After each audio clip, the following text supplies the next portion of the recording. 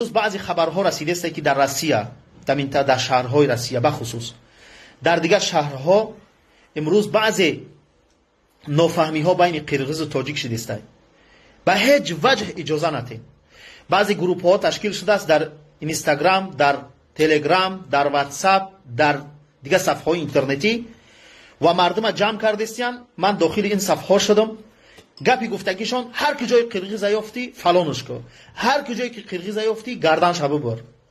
این چنین همه خیلی صحیفه های فاسد و فاسق و فتنه‌گر از طرف قرقیزا تشکیل شده، قرقیزا را داخل کرده، مردم ترغیب و تشویق دارن که هر کجایی که تاجیک یافتی او را به قتل برسان.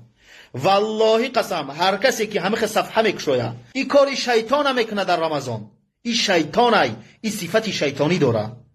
به هیچ وجه همه صفحه ها را دیدین اجازت نتین، نصیحت کنین، راهنمایی کنین. بله ما از منطقه خود حمایت میکنیم، از زمین های غصب شده خود حمایت میکنیم، ولی راه درست باید اختیار کنیم.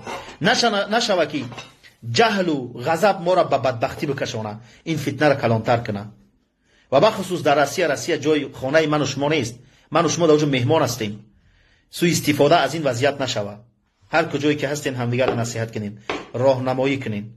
یگانه راه این چنگ زدن به کتاب الله است. همدیگر را نصیحت کنین، همین آیت به گوش همدیگر برسانین. انما المؤمنون اخوه، ما با همدیگر برادر هستیم، با همدیگر برادر هستیم. حتی آنهایی که در سنگر هستند یا در منطقه در حدود تاجیکستان و قرقیزستان هستند باید این چیز را رعایت کنند.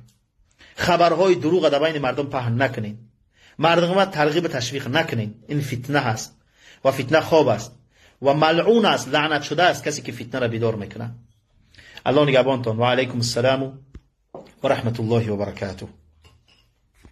و همین نوار میتونین که به هر کس روان کنین از دوستا، از برادرها. یگانه نواری هست که براتون اجازت میدیم ان شاء الله.